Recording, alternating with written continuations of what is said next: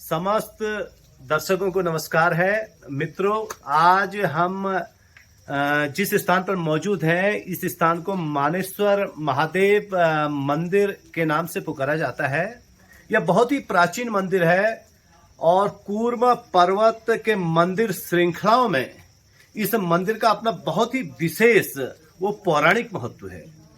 ऐसी मान्यता है कि इस स्थान पर अज्ञातवास के दौरान पांडवों ने जो है अपने पिता पांडु का श्राद्ध किया था और यही एक मानसरोवर से निकली हुई एक जलधारा है, जिसे माता कुंती के कहने पर अर्जुन ने अपने गांडीव से बाण छोड़ करके गंगा का आह्वान करके मानेश्वर की गंगा को, मानसरोवर की गंगा को यहाँ पर प्रकट किया। इस कारण भी इस स्थान का नाम मानेश्वर महादेव जी के मंदिर के नाम से जाना जाता है। और हम यहाँ पर मौजूद हैं और हमारे साथ आप देख सकते हैं हमारे गुरुजी मौजूद हैं, जो काफी यहाँ पर बहुत ही बढ़िया कार्य कर रहे हैं। पहाड़ों पर आकर के नर्मदा और बनारस आदि क्षेत्रों में आपने अनेक स्थानों पर साधना करी है, तपस्या करी है और हिमालय की भूमि पर यहाँ पहुंच करके आज बाबा जी विगत कुछ समय से यहाँ पर लोगों को नशा मुक्ति अभियान चलाए हुए हैं और युवाओं को यह प्रेरणा दे रहे हैं कि आप भगवान शंकर की शरण में आइए और शिव की शरण में आने से कभी दुख नहीं होता है। मैं सीधे आपको बाबा जी के सानिध्य में ले चलता हूँ। बाबा जी, आपका बहुत बहुत स्वागत है और थोड़ा सा आप यहाँ पर इस मंदिर के महत्व के बारे में और जो भी प्रकाश जानना चाहें संक्षिप्त रूप से जानने की कृपा कीजिएगा। ये चंपावत जनपद के अंतर्गत कूर्म पर्वत में जी, मानेसर गांव में जी, मानेश्वर महादेव मानेश्वर महादेव के नाम से ही मानेसर गांव बसा। अच्छा, मानेश्वर महादेव जी के नाम से ये गांव है। बहुत सुंदर। क्योंकि ये मानेश्वर महादेव अनाज काल से यहाँ विराजमान है जी। इनका कोई न इतिहास है, न ग्रंथों में न कोई प्रमाण है जी। ये स्वयंभू शिवलिंग है ये जी जी। और हमने ये देखा कि जो पशुपतिनाथ का विग्रह है जी जी नेपाल में, उनका वो विग्रह और ये शिवलिंग एक जैसे है। अच्छा, स्वयंभू शिवलिंग है ये। और यहाँ पर जो स्थित है ये, उसके बाद कुंती के सहित पांडवों ने जब यहाँ अच्छा इस क्षेत्र में प्रवेश किया, उनको मानसरोवर जाना था। अच्छा। महाराज पांडु का श्राद्ध करने। अच्छा। श्राद्ध की तिथि आ गई तो अब यहाँ रुकना पड़ा उनको। अच्छा। कुंती ने कहा कि यहाँ कैसे हो पाएगा युधिष्ठिर से कि महाराज पांडु की ये इच्छा थी कि मानसरोवर के जल से श्राद्ध और तर्पण हो। अच्छा।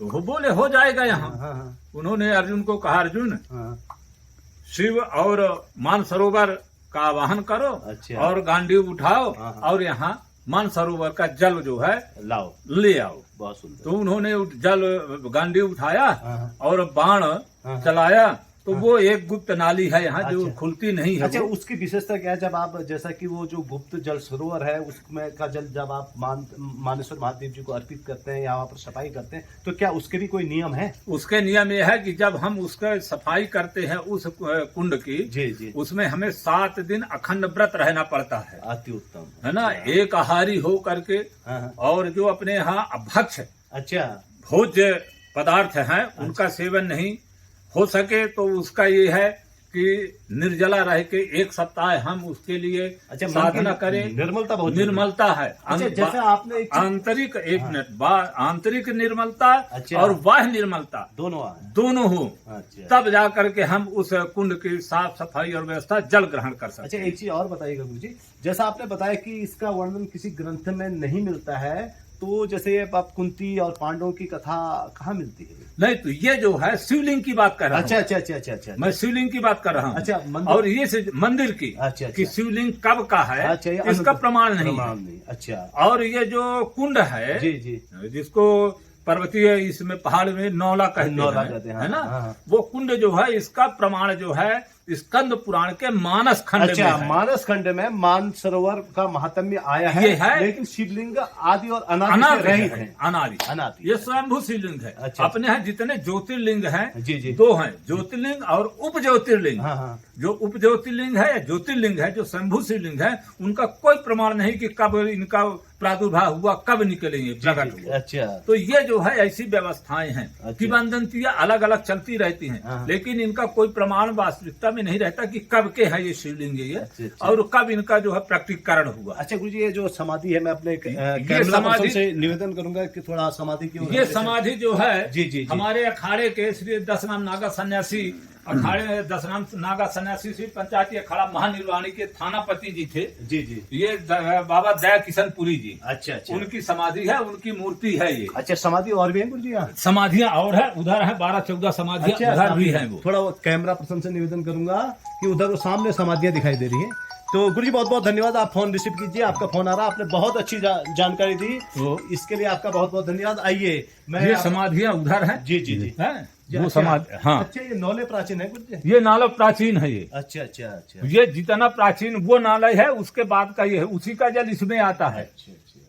तो यहाँ पर प्रमुख ये मानेश्वर महादेव जी का मंदिर है, ये आपका नौले हैं, ये समाधियां हैं, पीछे समाधियां और वो गुप्त जलधारा है, गुप्त जिसका जलधारा। विवरण अभी आप बता चुके हैं। हाँ। चलिए, बहुत बहुत धन्यवाद गुरु जी, आपने अपना अमूल्य समय प्रदान किया और हम आपका बहुत ही आभार व्यक्त करते हैं। आपने बहुत बेहतर तरीके से हमारे प्रसाद की व्यवस्था भी गुरुजी ने करवाई है, क्योंकि हम कहीं से आ रहे थे और महाराज जी का स्वभाव बड़ा निर्मल है। अभी ये कुछ कांवड़िए भी आए हैं जो जिनके विश्राम के लिए गुरुजी ने पूरी तरह व्यवस्था कर दी है, और बहुत ही अच्छे आचरण के संत, जैसे हिमालय की चोटी में ऐसे दुर्लभ संतों के बहुत ही कम दर्शन होते हैं, जो नशा मुक्ति अभियान चलाए हुए हैं, जो यहाँ आने वाले आगंतुकों का मार्गदर्शन कर रहे हैं, जो यहाँ पहुंचने वाले भक्तजनों को एक बहुत बेहतर आत्मज्ञान का संदेश यह दे रहे हैं कि आप शरीर नहीं, आप आत्मा है, और आपने शरीर को मैं मान रखा है। शरीर को मैं मानना छोड़ दीजिए, शरीर से जितने भी संबंध है उनको अपना मानना छोड़ दीजिए। यही दुखों का कारण है, क्योंकि आप अमर हैं और आपने अपना संबंध नश्वर पदार्थों से कर रखा है। यही आपके दुखों का कारण है। आप अमर हैं और आप आत्मा अमर है, और आप अमरनाथ के पुंज हैं, इसलिए भगवान शंकर की शरण में रहिए, कभी दुख होगा ही नहीं। क्यों गुरुदेव, आपका बिल्कुल सत्य है, यही संदेश यही है,